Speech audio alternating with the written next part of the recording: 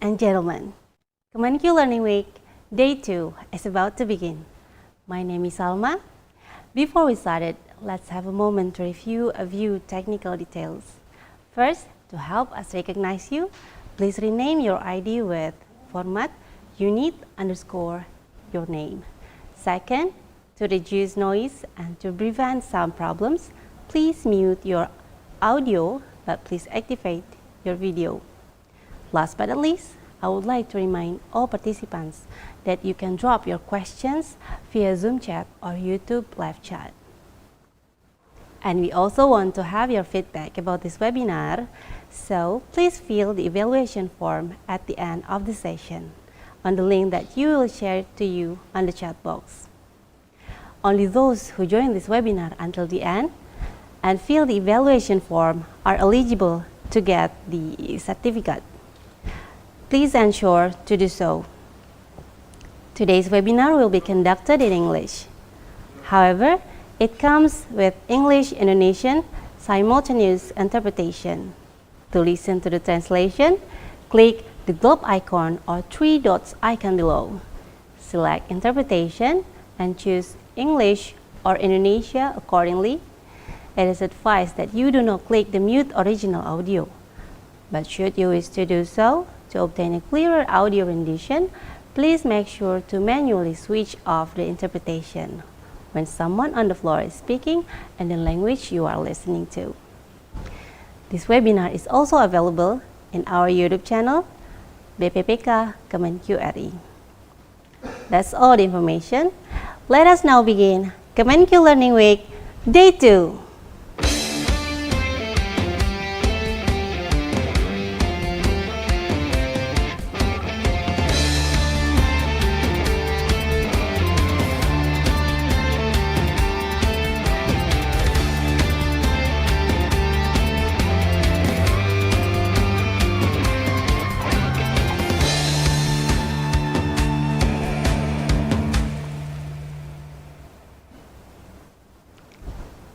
Good morning. Assalamualaikum warahmatullahi wabarakatuh. Welcome back to the Kemenkeu Learning Week 2023. Yesterday, we have learned from Danilo Garbaza about learning evolution, how technology fosters our development. And today, we will learn about making critical thinking works for you in the digital age. First of all, let us thank God the Almighty who has given us blessings to virtually attend this webinar. And I would also like to extend a very warm welcome to the Director of Customs and Excise Education and Training Center, Bapak Untarto Wibowo, senior officials from the Ministry of Finance and other ministries agencies. And of course, our special guest speaker, Helen Boy from France. And best regards, of course, to all of you, our participants who join us today. Dear participants, I would like to cordially invite the Director of Customs and Exercise Education and Training Center, Bapak Untarto Wibowo, to deliver opening remarks. Good morning, Bapak. Hello, good morning. How are you? Good morning, Bapak. Okay. Bapak, you ready? The screen is yours, Pak. Okay, thank you. Bismillahirrahmanirrahim. Assalamualaikum warahmatullahi wabarakatuh. Very good morning, honorable directors, senior officials from the Ministry of Finance, and also other ministers agencies of Indonesia, honorable speaker, Mrs. Helen Lee Buik, and also moderators for our seminar today, Mr. Dedi Abdul Hadi, and distinguished participants. It is my pleasure to welcome all of you to the second day of Ministry of Finance Learning Week 2023. For this morning, please allow me to extend my sincere gratitude to the main speaker, Mrs. Helen Lee Buik, President of the Reboot Foundation.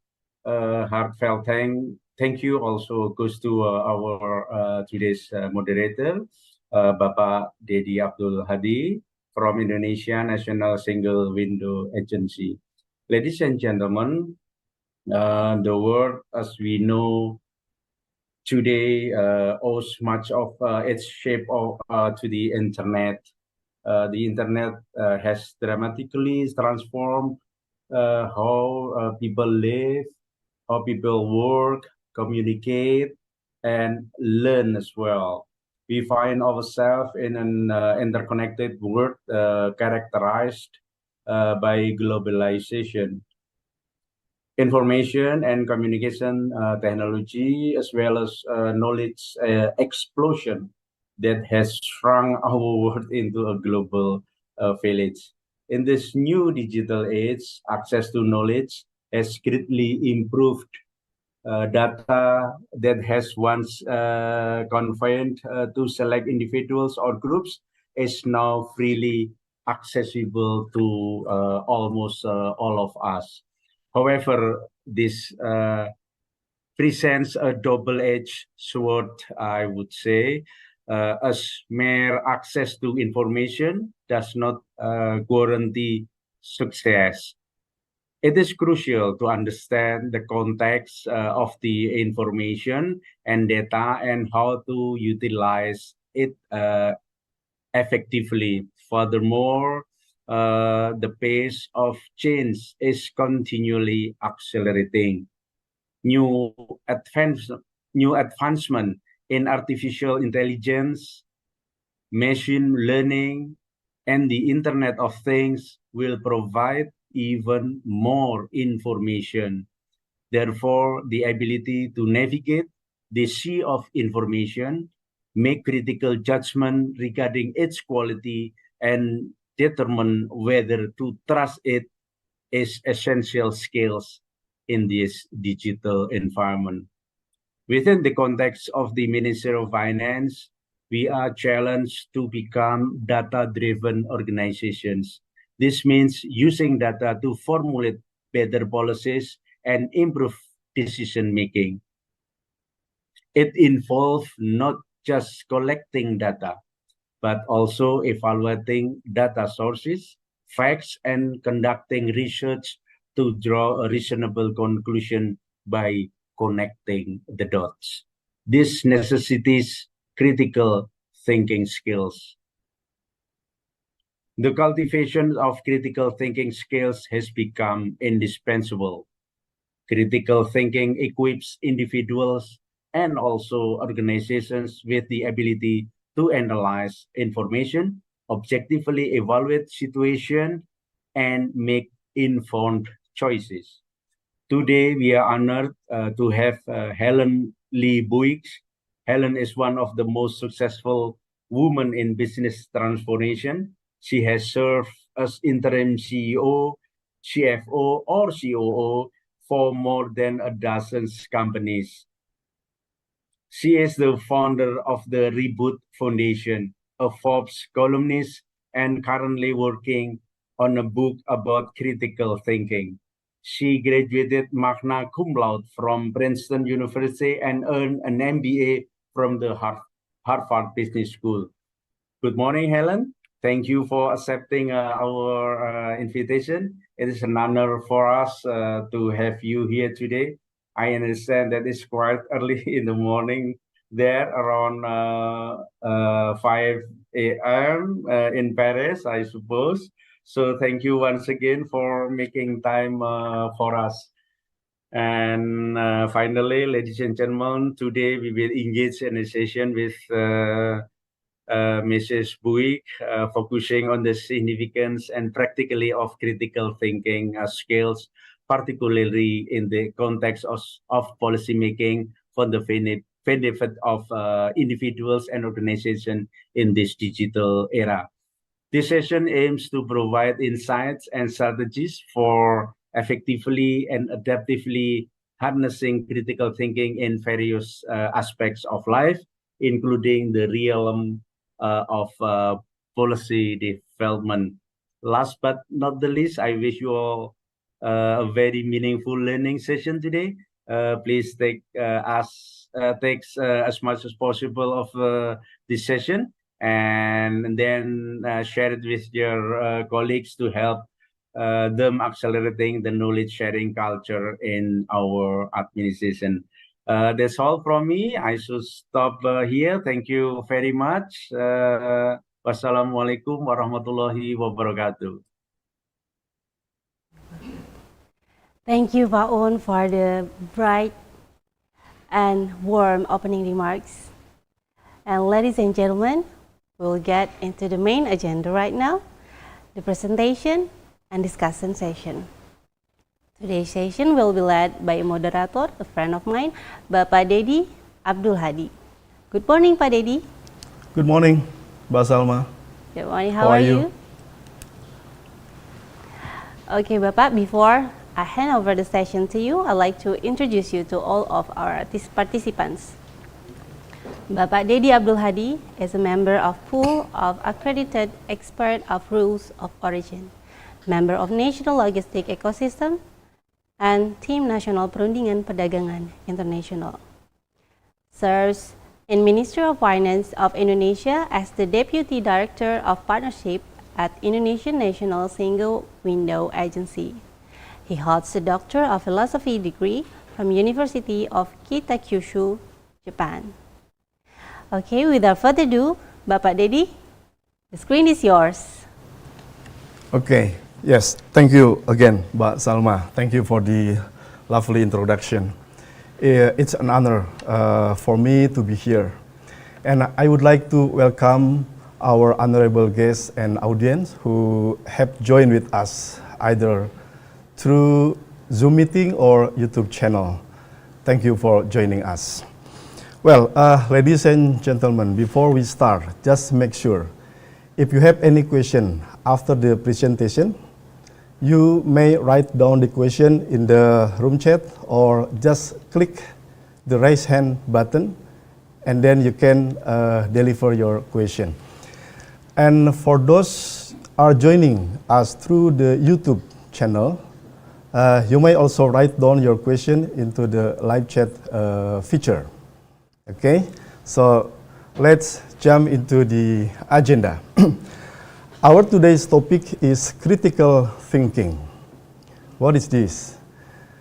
Frankly, I have tried to find out the understanding of this, but in fact, I found another terminology like analytical thinking and creative thinking, etc.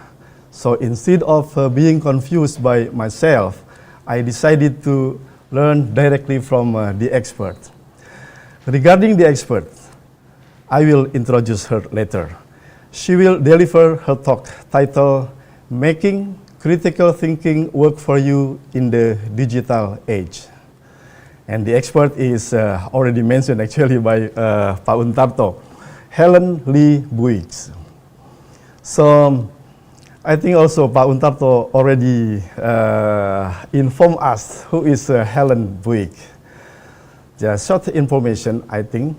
She is a former partner of McKinsey & Company, has helped transform more than 25 companies. And over the course of a 20-year career, she has raised hundreds of millions of dollars in capital, renegotiated billions of dollars in debt, and brought dozens of companies into the black. So the other amazing thing is she is the founder of the Reboot Foundation that is devoted to elevating critical thinking. So you see, she is the real expert. That's amazing. So ladies and gentlemen, please join me in giving a warm welcome to Helen Lee Buick. Hi, Helen. Good morning.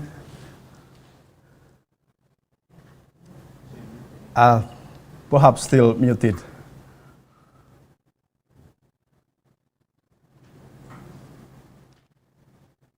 I could not hear your voice. Sorry. You hear me now? Yes, very clear. Oh, it's finally working. Okay. Okay, yeah. Bonjour. Technology in the morning at 5 a.m. in Paris. 5 a.m. Oh my God, it's still dark, right? Yes. Yeah. Bonjour. Bonjour, yeah. Comment ça va? Écoutez, ça va très bien, merci. Très bien, merci beaucoup. Okay, don't continue our friends, okay? So, Helen, it's really, really nice to have you here with us today. And it is an honor for us that you are willing to join us to share something valuable, while others may be in your country still enjoying their dreams. Okay? Yeah, okay. So, Helen, before your presentation, I'm a little bit curious how to distinguish between the critical thinking, analytical thinking, and creative thinking. So what is that actually? Quick answer, Well, I please. think, it's funny. I originally founded this foundation because there is a lot of confusion, indeed, about what critical thinking is. People think they know what it is, but at the same time, it's very esoteric. It seems like something's either very intellectual or very McKinsey consultancy, and yet, it's so important to basically practice in our everyday life. I think the easiest way to define it, I'm going to throw out another very, esoteric word, which is called metacognition. But metacognition is actually a very, it's a sophisticated word for thinking about your own thinking. Oh, And it's okay. about trying to challenge yourself and understanding better how your mind actually works and thinks. But once I say that, what does it mean in terms of daily practice? Which is why I've tried to simplify what are the methods of critical thinking, because there's one, understanding that it's important to think about our own thinking, but then it's another thing to actually be able to define what to do. And that's really what I'm going to review with this audience, about what are the 3 steps to become sharper thinkers. So we've also tried to call critical thinking sharper thinking. I think, as you mentioned, creative thinking can be perceived as something of trying to innovate, create. And obviously there are portions of critical thinking that are important to creative thinking, as I've studied, segments of that with other scholars. But today, what I really want to bring to you and the audience is very, very simple steps to how to do critical thinking. And rather than it being something that seems very scholarly or esoteric, try to bring it back to something that people can practice in reality, day to day, in a very practical manner. Oh, okay, that's perfect. I love simple step. Okay, I think we have to shape our time, okay? And again, allow me to present you, our speaker today, Helen Lee Buigs. Helen, screen is yours, please. Thank you so much. So I think Octo is going to share the screen. Here we go. Okay, so I will just mention next slide when it's appropriate. So let me begin. Hi, my name is again Helen Lee Buig, president of the Reboot Foundation. The Reboot Foundation works to support critical thinking skills in schools, in businesses, and at home with parents and children. And at the end of the presentation, I will also share with you on screen our QR code and our website so that you can have access directly to all of our resources. For your information, all of the research, the exercises, and the materials that we produced are shared online free for anyone to be able to download or to review based on the subject matters that they're interested in, subsegments of critical thinking, such as different studies around biases, as an example. I'm very excited to talk with you about how you can sharpen your thinking in this digital age and make better decisions at work. I'd like to start by letting you on a little secret about your brain. See, your brain, I'm going to say, is actually not your friend. You might think that it is, but it's actually not. And that's because if you let it, your brain will lie to you. And these lies are often the basis of bad decisions and regrettable actions. You don't believe me? Here is a concrete example. During most of these presentations, I will ask this question. So ask yourself this question as I bring it up to you. How many of you own a car and drive, or have a driver that drives you, or you're not in a public transportation in some form of a car vehicle? Well, when I ask this question typically in an audience, and I ask for a show of hands, over 50% of the people raise their hands. Great. So that shows that still, despite all of the environmental changes that we're trying to do, there are a lot of drivers out there that create pollution as well, but that's the world that we live in. Now, if you are a driver from this audience, how would you rate your driving skills? If I were to ask a question and say, raise your hand if you think that you're a better than average driver, typically over half of the room that raised their hand and said that they drive or have a driver would probably also raise your hand. So the reality of why I bring this example is technically your brain is already lying to you right now, because the simple math dictates that you cannot be all above average drivers. Half of you are below average, but your brain does not see it that way.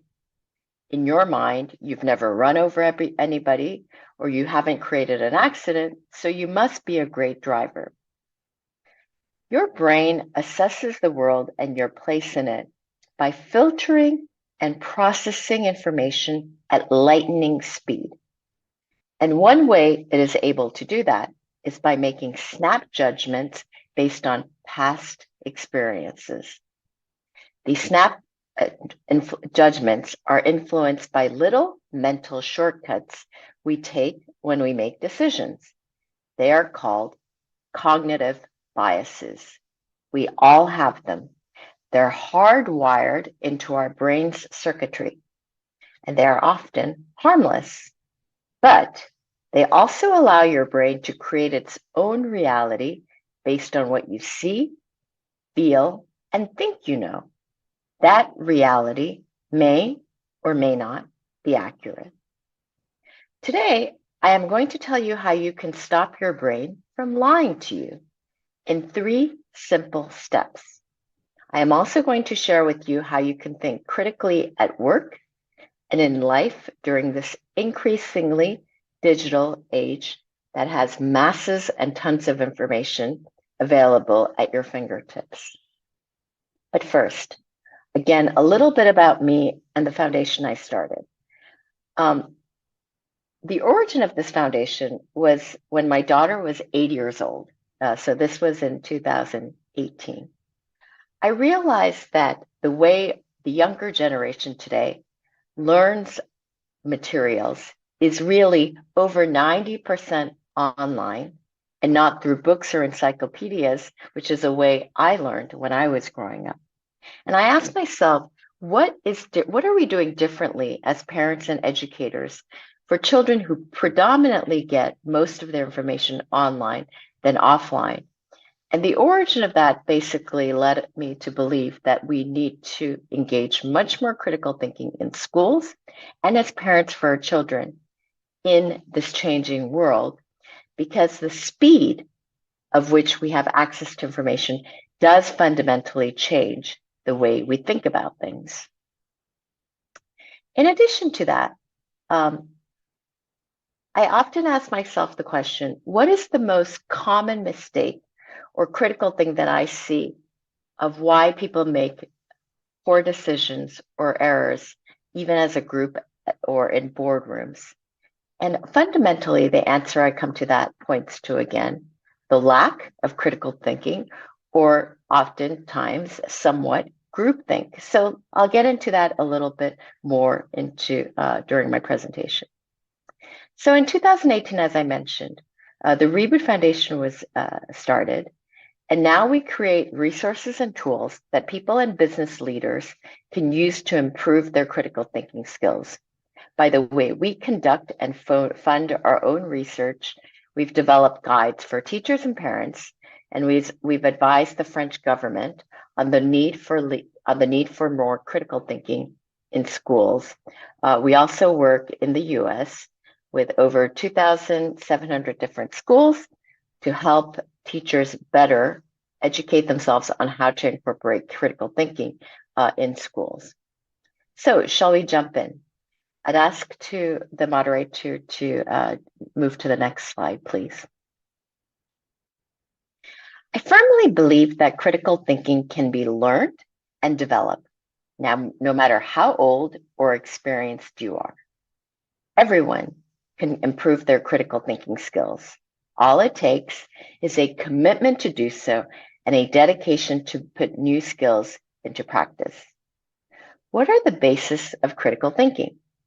First, sharp thinkers question assumptions by asking basic questions about the situation at hand. Second, they reason through logic by being aware of common fallacies that can trip up your thinking. A little bit like the example that I used about being a great driver or not. Third, they seek out collaboration and diversity of thought because they are eager to understand the viewpoint of others. Of course, there are other approaches you can take to sharpen your thinking, but these three strategies are fundamental. If you do nothing else, and you will considerably reduce the number of times your brain lies to you, and you will become a much more productive worker. Next slide, please. Questioning assumptions, step 1. Let's look at the first step a sharp thinker often takes when either making a decision or when they're assessing a new piece of information.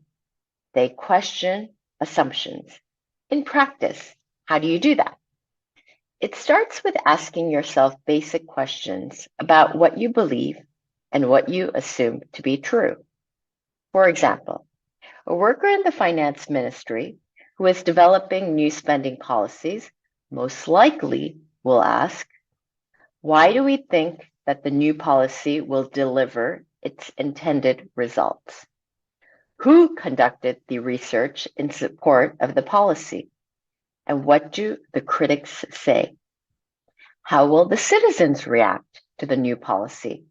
And how will the business leaders react? When you question assumptions, you will not allow yourself to jump to conclusions. And that is a huge benefit because jumping to conclusions is one of the most common and most detrimental traps that poor thinkers fall into. This can take many forms. One that I see quite often, I've come to call WTF. So my daughter would think that that's an anagram for something else, but I like to use it for wishful thinking forever. This is when decision makers are unreasonably optimistic, and that optimism is based on faulty assumptions that lead them to jump to an unrealistic conclusion. How many governments have had underestimated GDP growth rates, to give it an example? Trying out different questions from what you're used to. This isn't to triangulate your historical methodology of calculating your GDP projections, but it is actually to try to think a little bit out of the box and actually question your assumptions, even for basic materials that you might have used the methodology year on year. I'm not saying that you want to radicalize each time and bring out a new methodology of trying to analyze statistics. You obviously want to have a common thread to compare annual historical data, including your hypothesis, but trying out new questions may help you avoid regularly overstating or understating your hypotheses and assumptions. This is a problem in many, many businesses and workplaces in terms of poor assumptions. I see it in just about every company that I visit. So here is a pro tip on how you can force yourself to question assumptions and stop yourself from jumping to conclusions. Write it out. I found that when documenting my decision-making in a memo or even in a mail, I forced myself to be crystal clear in communicating how I arrived at my decision. The act of writing also forces me to show that my process was sound and based on good evidence and clear thinking. The first step in critical thinking is really about asking the right question. It's about interrogating your beliefs and the information in front of you. Bottom line, I believe that it's more important to ask good questions than to have all of the answers. Okay, so that's the first step in thinking, questioning assumptions and not jumping to conclusions. Next slide, please. Step 2 is reasoning through logic. This one is huge. It might be the most important advice I give you this morning. The best way to stop your brain from lying to you is to consistently engage in sound individual reasoning that is supported by critical thinking. In short, you need to think about your own thinking, something I mentioned at the introduction. You must reflect on your own thinking. And again, this is called metacognition. The ultimate goal of critical thinking is to think reflectively, objectively, and analytically about situations and problems. What does this mean? It means that as you construct arguments and make decisions, you must pay attention to the chain of logic you are applying. How do you do that? By asking yourself questions like, is my reasoning supported at every point by relevant evidence? Do the steps in my argument build logically upon each other? Does the reason include any logical fallacies? For example, did I confuse correlation with causation? Have I set up a straw man argument? As you begin to answer these questions, you need to be aware of the little tricks your brain plays on you. These are the cognitive biases I mentioned in my introduction. There are literally dozens and dozens of cognitive biases that can cloud our thinking or cause our brains to lie to us. One of the worst is often known as the confirmation bias. It is the main bias that prevents us from reasoning through logic. It keeps us from questioning assumptions, and it encourages us to jump to conclusions. Confirmation bias occurs when you only look for information that supports or justifies what you already believe to be true. In other words, you discount or dismiss information that could challenge your thinking, or that might show your beliefs or opinions to be faulty or misguided. Even the most well-known consulting houses, including McKinsey, regularly practice this when they advise different people. Because as we are preparing information, we need to look for the analysis and the information that justifies our conclusion.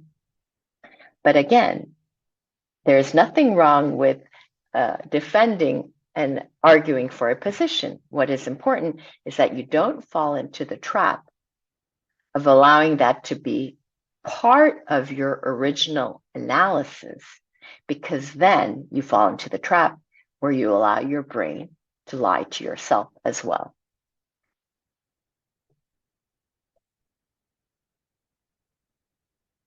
What if questions can be incredibly powerful when combating confirmation bias? I often ask them during interviews when I'm trying to get on a handle on a company. So again, let me try to give you an example of what to use practically in your day-to-day life if you're trying to fight against confirmation bias. Such questions include, if you were a head of a different department, what would you do? If money weren't an issue, what investments would you make? So basically, trying to ask questions that are not in your position allows you to try to combat against confirmation bias. Another good technique is when you try to prove yourself wrong. In other words, argue against yourself. Now, maybe your wife or your children may think that you're being a little bit crazy by looking in the mirror and trying to argue against yourself, but it's actually a very practical and pragmatic way to exercise it. I often ask my team to engage in this type of debate, and in meetings of my staff, it's common to hear people say, "Can you prove yourself wrong?" Or, "What are the faults in your own argument?" Sometimes this technique is called red teaming, where members of a group are assigned the task of dismantling their colleagues' plans, proposals, and propositions. This process has actually prevented me from making several mistakes. And even when I don't change my mind, working through the counter arguments and worst case scenarios make me more confident in my decisions when I do make them. I realize that this is sometimes something very difficult, both culturally, but also company culture-wise, difficult to do. In a lot of board, especially, to try to convince other board members who are very experienced, who have a lot of background and expertise in subject matters, asking them to create small teams, to actually poke holes at each other's argument, and really try to challenge the basis of why we're asking the questions. It's not an easy thing to do, but the more a group gets used to practicing this, the more powerful and the more at ease the team becomes in actually trying to poke holes at people's conclusions based on what the assumptions might be. So by opposing ourselves and our ideas intentionally in a structured, rational way, we can really often avoid undermining ourselves and our colleagues down the line. So that's the second step in our three-part framework for sharper thinking. Reason through logic and test that logic by trying to prove yourself wrong. And that brings me to the third step in our framework for better thinkers, seeking out diversity of thought. It is crucial to get outside of our personal bubble. You can start small. If you work in budget, make friends with people in investments or customs policies. If you always go to lunch with the same senior staff member, spend some time with junior colleagues. Training yourself this way will help you escape your usual thinking and gain richer insights. Take, for example, my friend, Mathilde Thomas. She is a founder of a very successful skincare products that are made from grape skins. This company today is called Kudali, that you might have seen skincare products or spas around the world. Mathilde's family owned a vineyard, and one day, a friend of the family who directed a pharmacy lab came to visit them in Bordeaux. He noticed a large vat of grape skins and seeds that were headed for the trash, and he told Mathilde they were about to throw away a treasure. Mathilde didn't understand, and the scientist explained that the grape skins contained powerful antioxidants. Soon, Mathilde and the doctor were using the grape skins as a basis for a new skincare product, and a business was born from that collaboration. And today, it is a worldwide distributed skincare product called Kudali. My point is that no matter how smart or experienced you are, there are people with different life experiences or backgrounds who can enlighten your thinking and turn you onto new ideas if you have an open mind and give them a chance. Here's another example. A while back, the largest cell provider in the country of Togo asked me to help them. The company had been losing money for years. Our team arranged for this technical staff at the company to visit South Africa, where the telecom company industry was much more advanced. The idea was to have employees from Togo gain a different viewpoint by seeing firsthand an effective self-service provider in action. Then we created training programs that guided the company's workers towards doing more to gain perspective. For example, we taught the staff how to practice thinking about their thinking in ways that allowed them to better interact with customers. These tools then help the employees solve problems on their own, improving their morale, and ultimately contributing to the growth of the businesses. After COVID, hospitals around the world have had challenges themselves. So today there's something popular called magnetic hospitals. It's a very complicated word, which I never even understood why it's called magnetic, but the magnet hospitals are something that basically tries to encourage organizations to come up with new ideas, basically empowering nurses to try to come up with new ways for them to process and manage better their own time to provide better care for their patients. So this not only helps with employee retention, but also tries to engender a better service for their patients, as obviously hospitals, their primary goal is to provide comfortable care for their patients.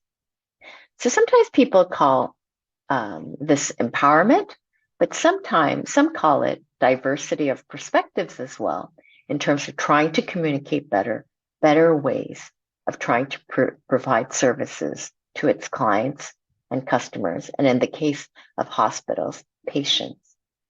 Now, seeking out diversity of thought doesn't have to mean that you have to travel across the continent or set up a new training program.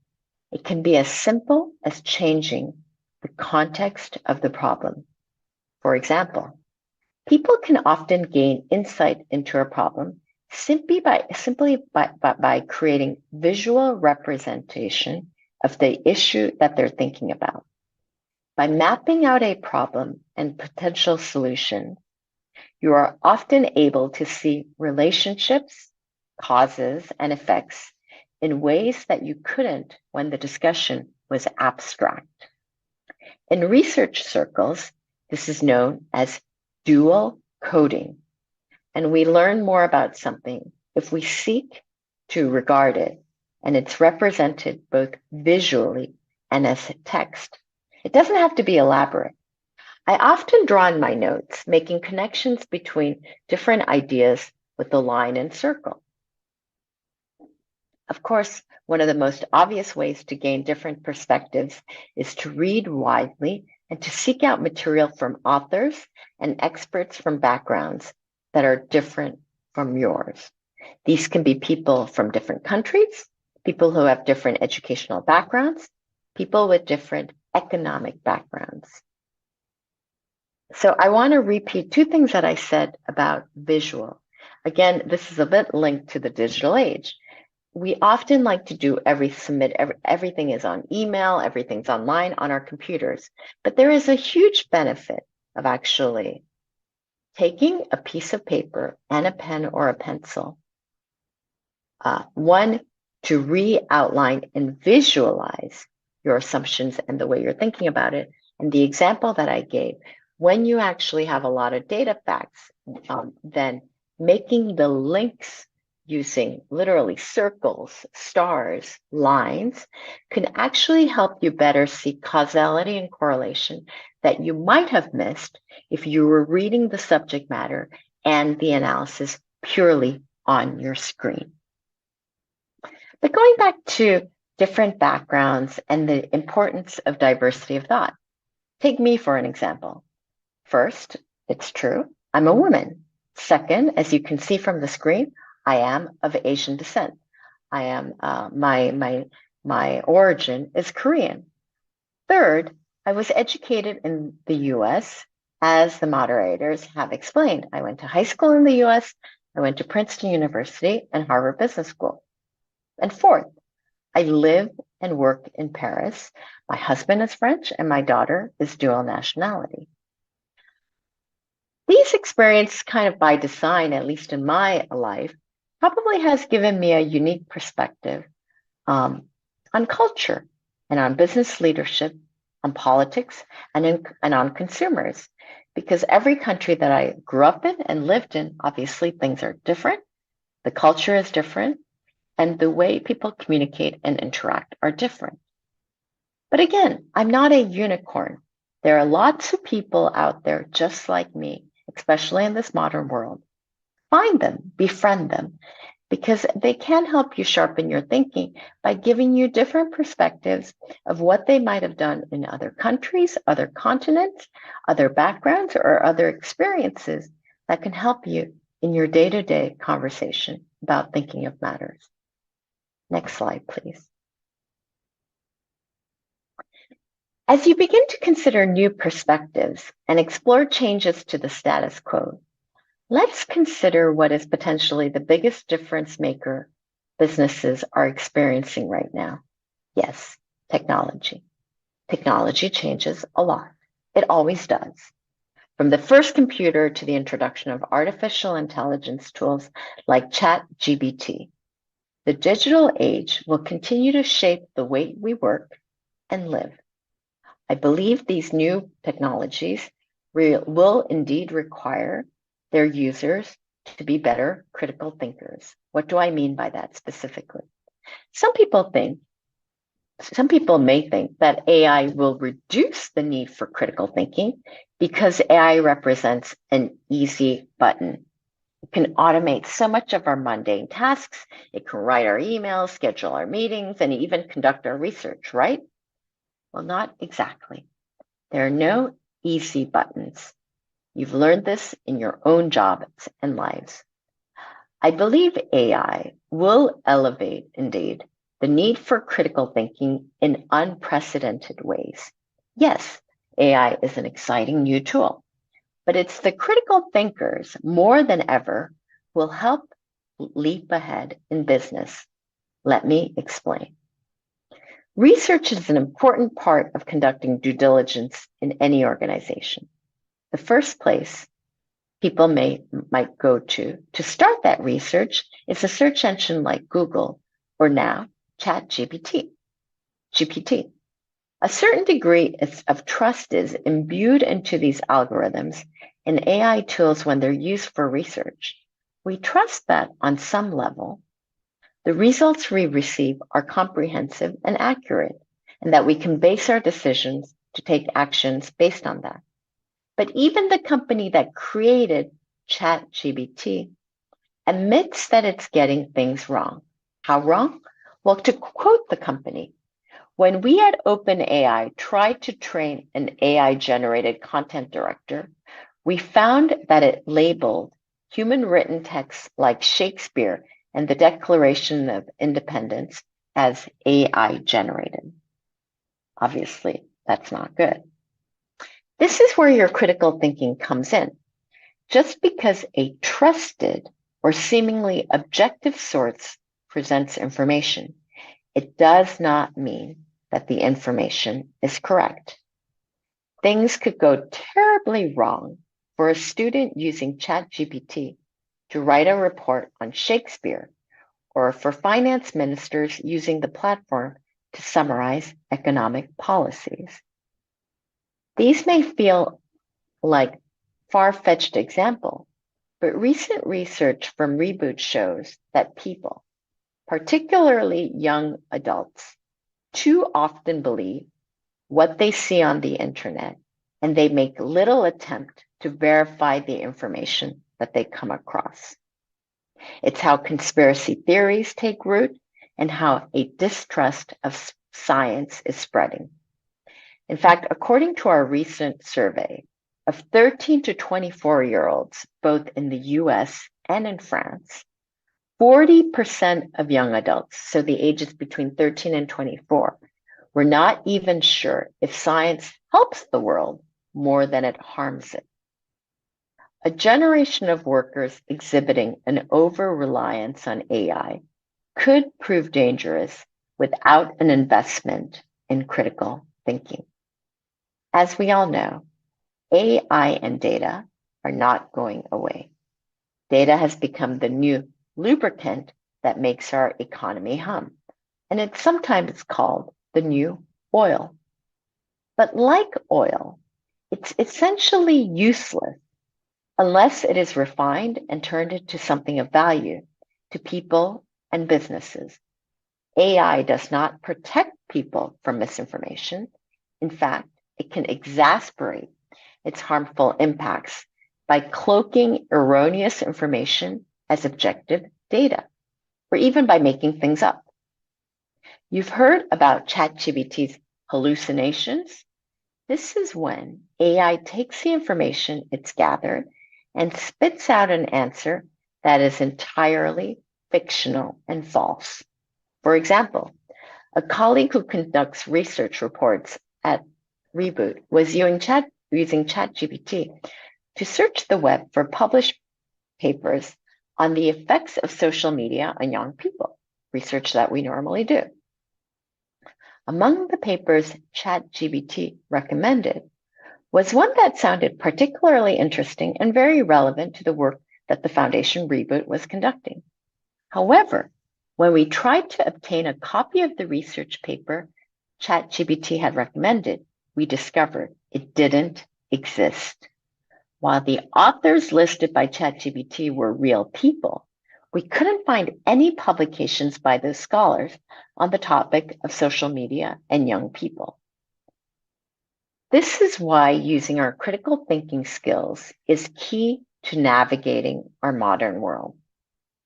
So how can we not only safeguard, but elevate our critical thinking in the digital age? It's easier than people think and costs nothing, but a commitment to fine-tune those core skills, question assumptions, reason through logic, and seek diversity of thought on an ongoing basis. I'll add one more tip. Set yourself up for success by getting rid of the noise. Next page, please. What do I mean by noise? Every one of us is faced with a constant flood of information and choices each day. What should I wear in the morning? What should we choose to eat or watch on TV or on the internet? Probably more today. Which decisions do we make at work? Information and options are everywhere. It can be very overwhelming. And as discussed before, our brains default to cognitive biases to help us quickly sift through the onslaught of information. Technology further supports our need for quick decisions and instant gratification. When everything is just a click away, taking the time to reason through things can be less appealing or even feel wasteful in a hurry-up society. Critical thinking requires us to resist this. Critical thinkers take the time to drown out distractions. Doing so helps us consider all the information and why it is presented in certain ways. In high-tech times, this means going old school, like Socrates. Socrates knew a thing or two about thinking and metacognition, and often taught about the practice of examination, reflection, and questioning. He discussed the importance of allowing for moments of silence to encourage critical thinking and self-discovery. In other words, we need to find ways and times to drown out our technological distractions and make room for critical thinking. Taking a pause from pressures of social media and new digital tools like AI will help us curb our cognitive biases and make us better thinkers. It creates space and places to better plan and determine how to use all of the resources at our disposal to navigate this world. Some people do this by carving out time to meditate or to work out. I know some CEOs in companies who deliberately ask their assistants to not schedule anything in for blocks of 2 hours a week. I also know somebody that actually hides out at the company infirmary half an hour every week to find their own time where they're not reliant on their cell phone, information, and just the noise. It's really to try to find a calm place to cut out the noise. When employees make time for this, it is possible to realize the true benefit of emerging technologies. When paired with critical thinking, AI can free up more time for people to invest in truly strategic thinking, upskilling, high-level problem solving, and so much more. But you need to combine it with that ability to think critically. Now, I hope that this presentation doesn't mean that all of a sudden the infirmary of the Ministry of Finance in Indonesia is going to have a huge mass of people asking for a location to spend their time. But you know, I really use that example to show that you can have your own different ways to actually find the time to think. For me personally, I've been a big runner all of my life. And whether it's running for 20 minutes, for an hour, or an hour and a half, that is my me time where I actually zone everything out. And it allows me to think about topics that I probably can't when I'm interacting with my team. So we covered a lot of ground here, but before I go, I'd like to leave you with one more thought. One that I think is particularly relevant for the times we find ourselves living in. All of these things that I've talked about today really requires two things from a person, and that is confidence, and more importantly, humility. What do I mean by that? I mean, you must be confident enough to not succumb to group pressures or unthinkingly defer to what artificial intelligence presents. After all, the key word here is artificial. You must be your own person. Think about your own thoughts.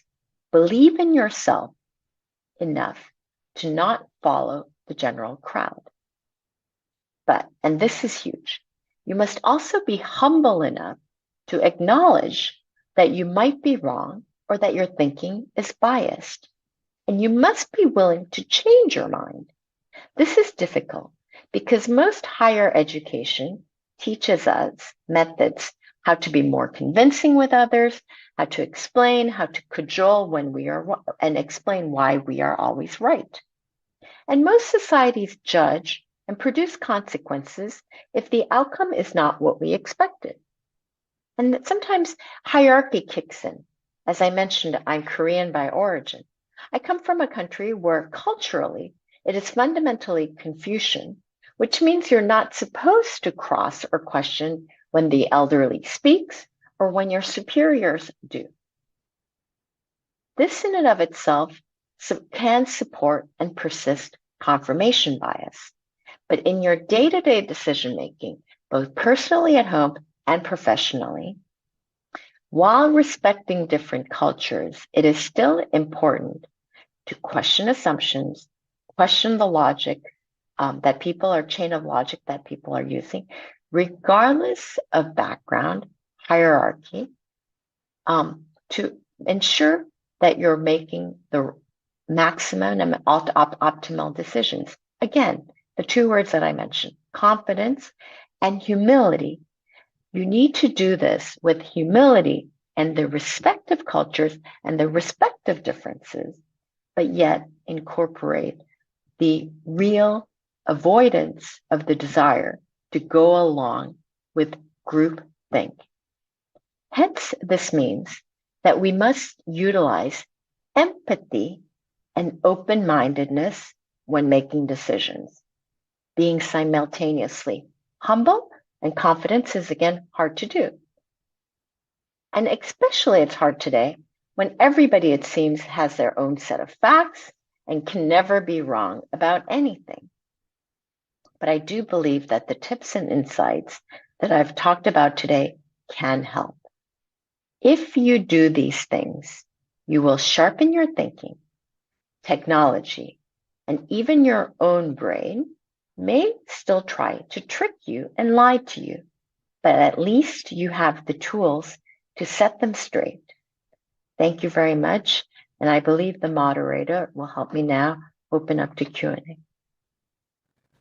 Yes, thank you, Helen. Well, and thank you. We're showing the screen with the website. If you don't mind leaving the screen on just for a little longer, okay, so that this audience has access to the website that has all the resources. Sure. Thank you so much. We'll just leave it on if it's okay with you, just for 30 seconds or something, that in case people want to check the website. No problem. Thank you. Yeah. Okay. Again, thank you, Helen. That's very insightful talk. I think, frankly speaking, I could not summarize all this. But, well, for me, myself, this is a very new thing, even though I believe actually we have done this matter maybe daily, right? Because I notice you learn from a very simple experiences. Is that correct? Yeah. Yes. Yeah, and then the other thing is I found some interesting point here, like critical thinking can be developed, can be improved as well. And then there is 3 things to suffer your critical thinking: through question assumption, reason through logic, and seek a diversity of thoughts and collaboration. And I also noticed that regarding the AI, because everything, I think today, most people are concerned to the AI, including, you mentioned about the ChatGPT, right? So, in fact, AI won't end the need of critical thinking. So, ladies and gentlemen, don't to rely on the AI. Is that correct? Listen, AI will always improve the way it evaluates the sources. But the reason why I mentioned you can't overly rely on it is part of critical thinking is actually, as I mentioned, questioning the assumptions and the hypotheses. Yes. So looking at the sources, the original sources of where information comes from, becomes even more critical. Yep. The number of times when you're having a conversation with your, a colleague or your grandmother or your grandfather, or even your parents, and they said, well, I read on the web that something happened. And it sounds a little bit off, and you look at the web and obviously realize that this was on social media that had no basis of the source. Twitter often created some of this problem as well. And I think that we do live in a world where more and more validation of sources becomes critical, because otherwise we have misperceptions of things. And it only feeds itself. And I can actually do an entire lecture around the problems of social media, but that I think is not the objective of today, and we can save that for another time. All right. Okay. Well, Helen, we noticed that we have a lot of questions from the audience. So I don't think if we have enough time, but let's try, okay? The first question, perhaps, coming from Heru Supriyanto. He sent through the Zoom chat room, and then so the question is, based on your explanation, what is the difference between thinking step 1 and reasoning step 2? Critical thinking or critical reasoning? I think we're getting a little bit too complicated. Critical thinking and critical reasoning for me are interchangeable. There isn't that much of a difference. I think the step 1 and step 2 question is, the first one is actually questioning the assumptions that help you get to your conclusions. So Okay. it's actually questioning your logic. So the basis of what your original assumptions were to get to the conclusion. The second one, reasoning through logic, is actually making sure the chain of the data that you're collecting to get to your conclusion, there is no errors. So I mentioned correlation versus causality. A very common error that we make is, and a simple one that we often use is, applying the rain. If one person sees rain and they take an umbrella to work, does that actually mean that so it's really the correlation versus causality that people often make some fallacy, errors, etc. Because obviously, if x equals y and y equals z, does x equal z? This is kind of a mathematical question and reasoning that we often use. That's one thing. But then the first example is, in order to make a conclusion, we often have hypotheses. The hypotheses that's relevant for Ministry of Finance, often our budget, is what is the expected GDP growth of the next 3 trimesters, for example. So the basis of why you make the predictions for GDP growth obviously has consequences in terms of many other decisions, economic policies. So I think that's really the distinction between step 1 and step 2 that I'm trying to differentiate. Okay. I hope, Heru Supriyanto, you satisfied with the answer. Okay. Yep. I don't see anyone click the raise. Okay. I see from Muhammad Royhan. Yes, Okay. Muhammad Royhan, please.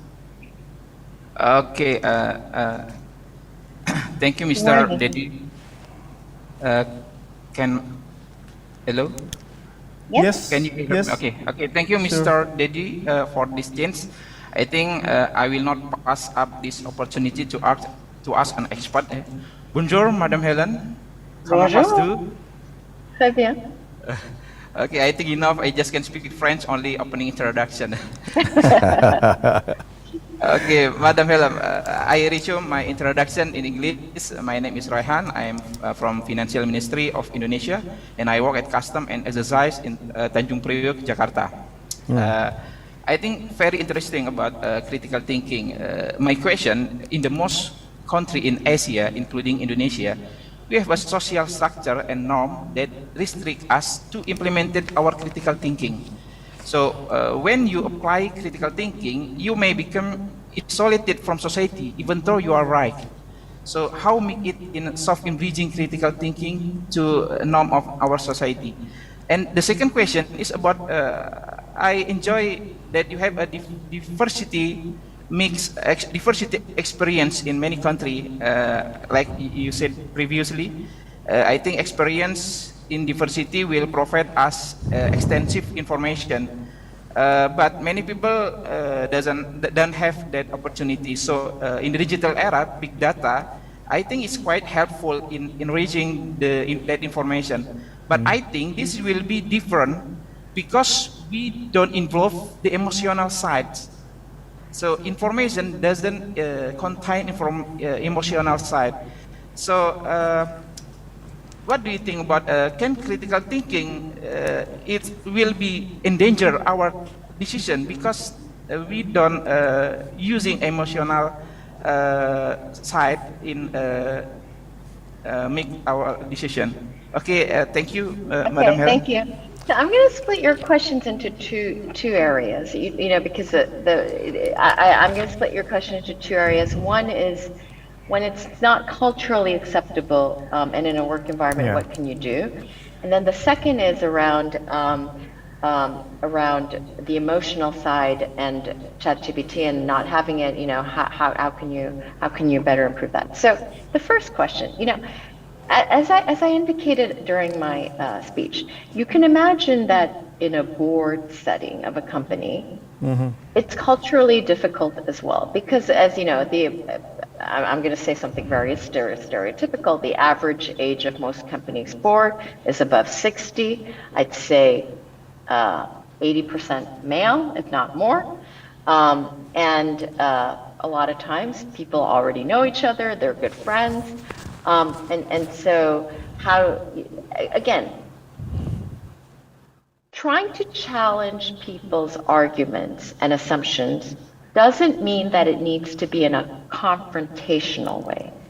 It's not necessarily about challenging other people in an open environment necessarily. I think, objectively, if you can create a company culture where it's accepted to do that regularly, then it's better.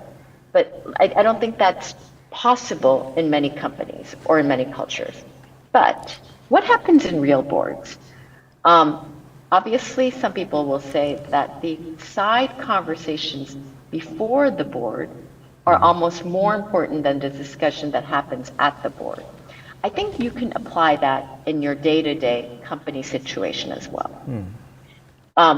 If you do it with humility, politeness, and less emotion, going back to the second part of your question, so I'm going to reverse your question, with not emotional, but with factual arguments with somebody, not in a confrontational way, but outside of the context, then you can actually have a constructive discussion and be able to convince somebody about maybe the way that they're thinking. Now, you may argue, but Helen, that's going to take more time and effort.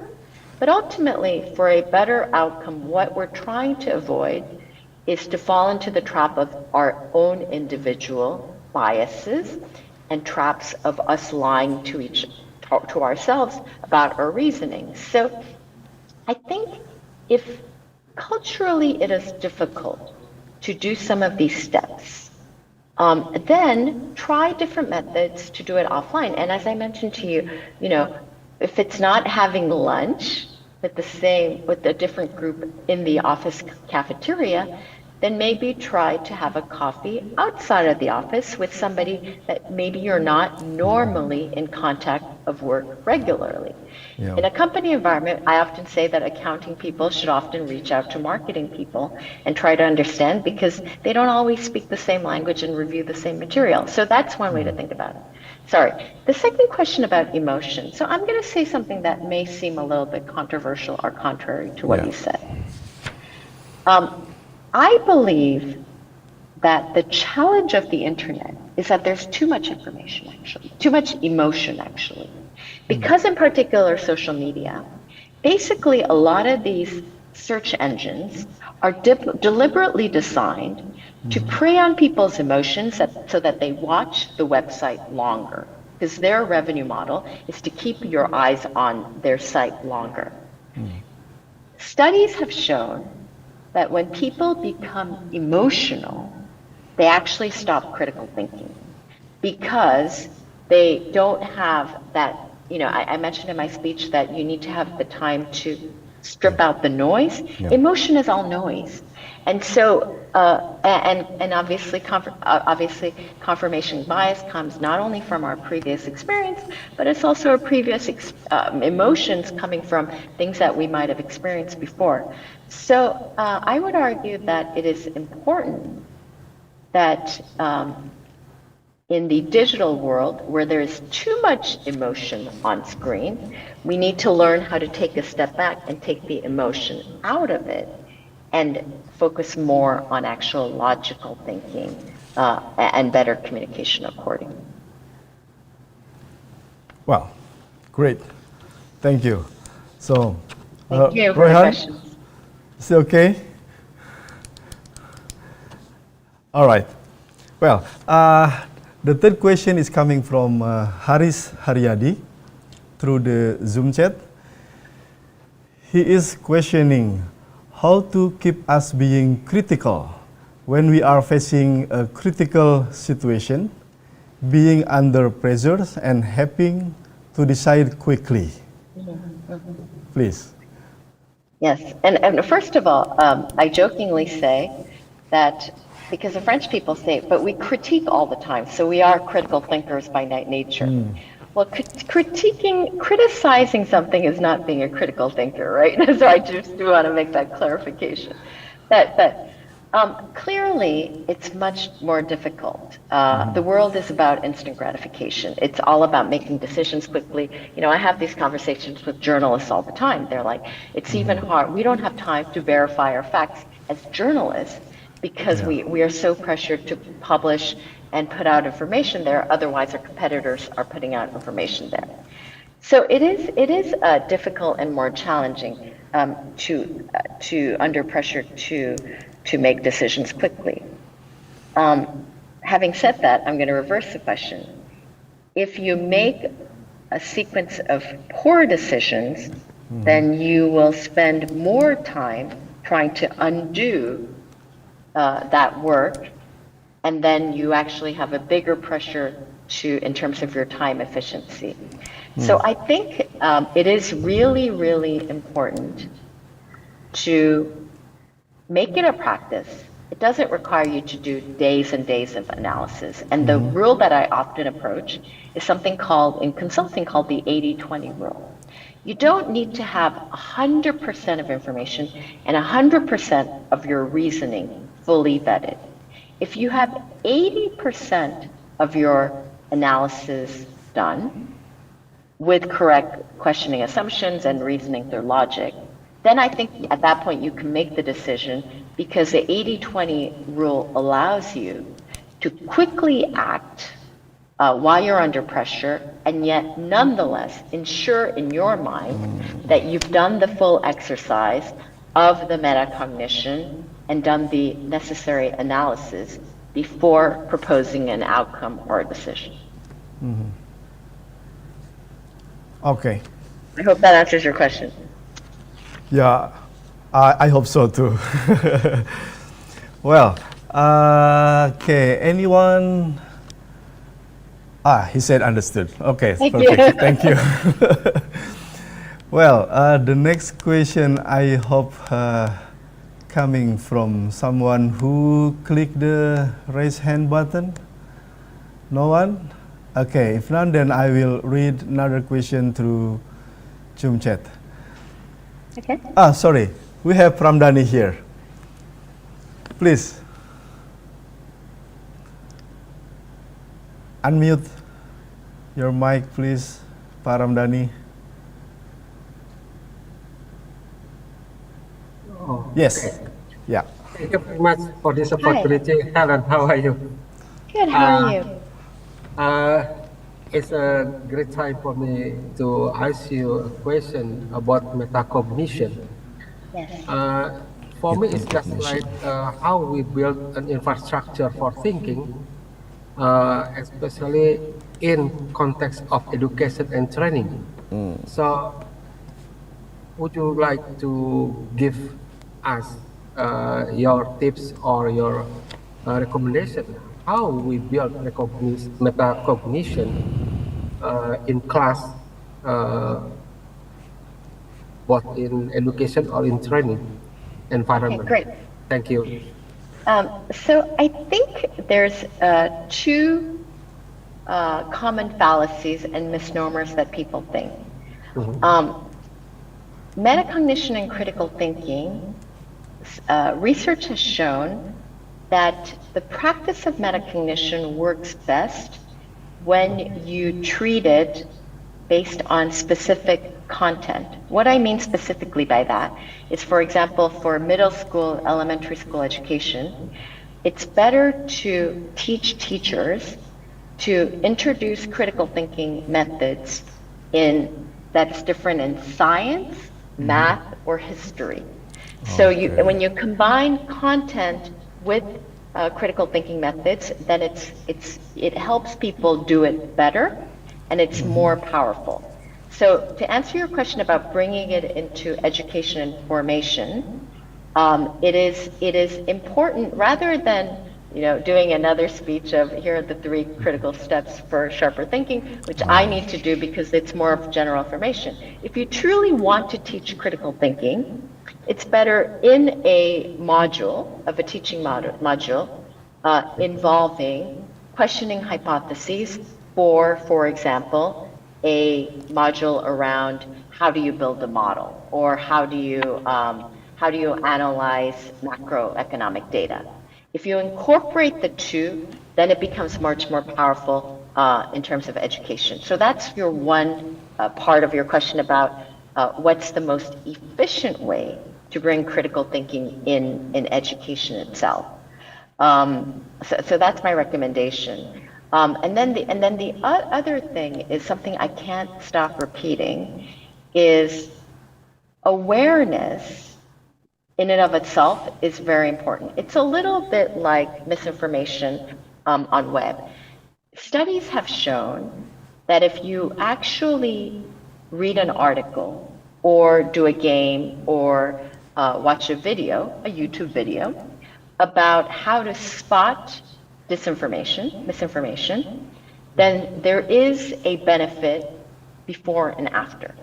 So studies have shown that if you read that you need to check the source of the author before, and double check online, then people who have watched a video on that after will become better fact checkers about misinformation as well. And studies have shown that about critical thinking as well. So just a reminder of the 3 steps that I described and whatnot, critical thinking, same. It is not something, unfortunately, there have been researchers that have demonstrated that you're born with critical thinking originally. And I think that's a danger, because in reality, the more current research, including neuroscientists, have shown that critical thinking is something that you train and you can get better. So if people think that you're born with it, then they say, then why do I need to study it? Because I'm already born with it. So I think that's already a fallacy that unfortunately is out there. But to your second point of your question, I think it is the reminder of in and of itself is actually very important to help people do critical thinking, because it reminds them that they need to stop and question. And that's why I like to use this word a lot. Reminding ourselves that our own brains lie to us every single moment of the day is kind of a cue to say, well, maybe we should stop and think about how we rationalize things. I hope that answers your question. Yeah, interesting. But the following question, just one. Yes. So, do you recommend if in class to use case study and gamification? So recently, a lot of training and education use gamification for class for classroom. Yeah, and so clearly, and that's why I use the example. What if questions, or why questions, I think are very applicable for adult education as well. So if anything, for trainers, education trainers, if there's any methodology that I'd like for you to take away, is the what if question and the why question. And that's the Socratic method, right? If you keep probing the why did you think this way? Okay. And then the next level is, well, why is that evidence relevant for this conclusion? So if you ask the why question 3 to 4 degrees, then often you force the student or yourself to de facto do some metacognition, right? Because it's forcing you to think about your own thinking. Thank you. Yes. Thank okay. you. So Thank you very we have one last question, I think, coming from Hutami Kumala. Okay. Good morning. The question is, do you think we can still develop our critical thinking only by following a couple of steps, or is it really necessary to complete all steps to be able to grow our critical mindset? I think let's start with the 3 simple steps first, and let's try to do it regularly. It's like learning a foreign language. Of course, you can get to your first level and you can get to your fifth level. You can have basic conversation and then you can actually become fluent in a language. But I think if we try to reach something from not speaking any language to becoming fluent in a language, it's very difficult to reach. And critical thinking is something that I think by taking some simple steps and practicing, you're already reaching level 1, and let's get there first. Now, you're absolutely right, Hatami, that, for example, I only mentioned confirmation biases. If you and I learned all of the different biases that we as humans have, then we become even more sensitive and more tuned into how our brains can lie to us. And by the way, a little plug for our website, there's actually an article that delineates a lot of the different subject matters and biases in addition to confirmation that we're subject to. So you're absolutely right that we can become more sophisticated in terms of how to better become critical thinkers. But I think already it's good enough and it's important enough to try to practice these 3 simple steps. And once you start practicing, you'll realize that it's a lot of hard work, even to do the 3 steps, because it's not something that we're used to doing every day in our decision making, because of this instant gratification and because we're inundated by so much information and because we're so strapped for time. But if you could take that time to pause, to think about our own thinking, to remind ourselves that our brain is trying to lie to us, and what we need to do to make sure that we keep emotions out of our decision making, our past history out of our decision making, and really analyze the way the logic flows. That practice in and of itself, if you do it repeatedly, I think we'd all come a very, very long way already. Yeah. All right. Thank you, Helen. I think, well, she said thank you. Okay. Well, Helen, I have to apologize because that is the last question that we can discuss for this session. Due to time constraint, I think we have to finish our discussion. We have spent for more than 1 hour, I think. But I do realize actually there is more question in the Zoom chat, but unfortunately I could not read all for this session. So meaning that I hope that we can meet again next time, right? I thank you so much for giving me this opportunity to present. I thank you all for asking the questions. And also, if you go on our website, you can sign up for a newsletter where you can get latest articles. And you could also send your questions via our website as well. And we will make sure that we try to address any incremental or additional questions that you may have. All right. Thank you very much. That's wonderful.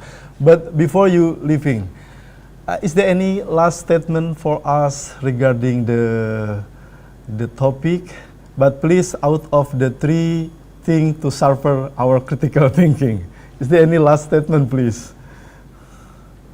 I just want to take away again with the 2 comments about confidence and humility. Okay. Because I can theorize all I want, try to give you some practical steps about these theories of critical thinking and try to make it real as possible. But I think on a day-to-day basis, it's just a reminder that we can learn so much from people that are not necessarily our close friends or our communities around us, but also, just people in different nature. And if we have sufficient humility to look for that, I think already our thinking will naturally improve. So that's kind of my takeaway remark that I'd like to conclude with. All right. Thank you very much. Well, again, thank you very much for being with us. Ladies and gentlemen, I think it's time to complete our session, and please give a big hand applause to Helen Lee Buick. Helen, thank you very much. Thank you very Thank you. much. See Thank you you for next time. having me. Okay, bye-bye. Thank you for having me. Take care. Bye-bye. So, ladies and gentlemen, I'm afraid that's the end of our today's session with Helen Lee Buick, with the title of our discussion, Making Critical Thinking Work for You in the Digital Age. So I think I have to give it back to our Master of Ceremony, Mbak Salma, please. Thank you so much, Mrs. Helen, for your insightful and interesting presentation today. And I would also like to thank Bapak Dedi for moderating today's session. It was much appreciated. Welcome. To all participants, I see so many questions on the chat box and raise hand. It's been amazing throughout the discussion. Thank you so much for joining us today. And once again, don't forget to give your feedback about this webinar by filling the evaluation form via link we shared in the chat box. Stay hungry and healthy. See you tomorrow on Kemenkeu Learning Week, Day 3, with the theme of Inclusive Learning for People with Disabilities with Christian Hoffman. I'm Salma. Have a good day and wassalamualaikum warahmatullahi wabarakatuh. Waalaikumsalam warahmatullahi. Thank you, Salma. Thank you. Bye-bye.